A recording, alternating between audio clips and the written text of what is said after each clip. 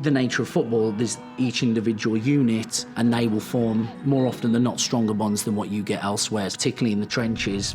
The friends I've made playing American football are some of the most selfless people I've ever met. No other sport I've done, my friends have done, or I've watched before has that kind of community around it, that kind of camaraderie.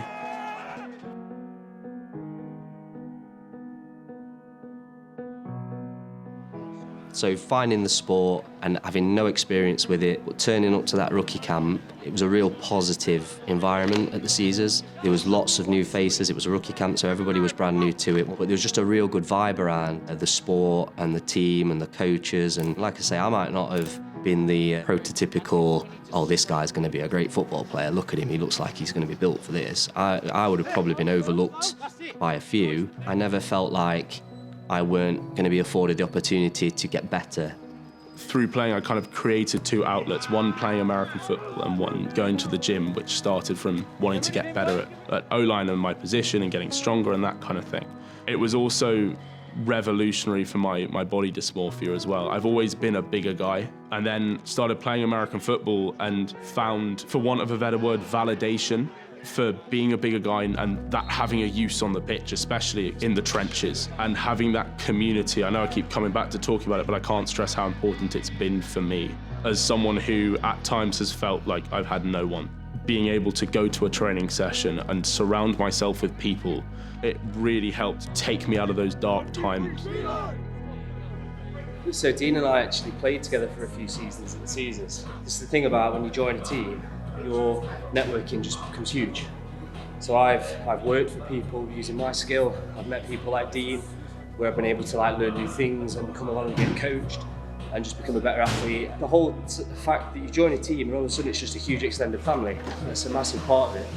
And obviously it rewards itself by finding people who can help you get better at the sport.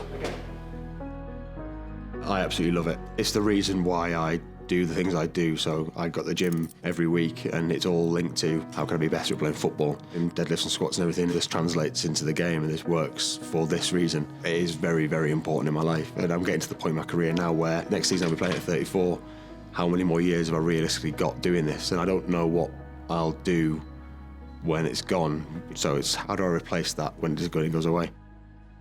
So as an offshoot of Lifting the Lid, there's a group on Facebook that we've got called Yunto Club for Men. That sprouted out of the pandemic where I heard that, during that time we lost a few guys within the Britball community to suicide.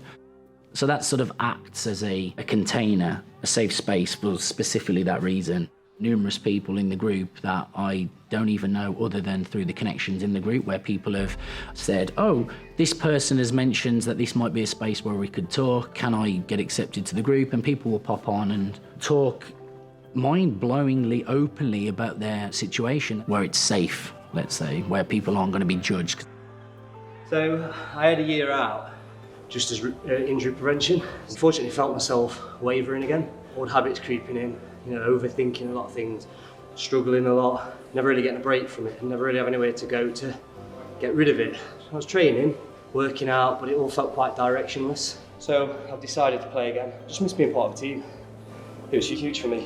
When you're struggling and you go to the old habits, you start drinking a bit too much, you consider other things. I had this thing in my head where I'm like, if I'm going to be fighting demons, I need to pick better weapons. And for me, team sport and surrounding myself and everything that comes with it is the ultimate weapon. Enough of this in an off-season, and all of a sudden, come springtime next year, it doesn't hurt anywhere near as much. This is the stuff that sets you apart. I think off-season is where improvements are really made. When you're playing kind of match after match after match after match, you can make little improvements in training. Whereas off-season is where you can really make physical and mental improvements to your game. I found that since I can't play football at the moment because of my injury, it's another way of kind of problem solving and working out what to do, and that kind of aspect of what I was missing when I couldn't play on the O-line this year. And climbing's really helped me find something outside of football, outside of watching football. So I still can't really play on a pitch, but it gives me the sense of going somewhere to do something and having a bit of a community here. I'm a lot more in touch with my mobility, my body, and what I can do to improve kind of me versus me, what I can do to improve myself for when I go back to playing.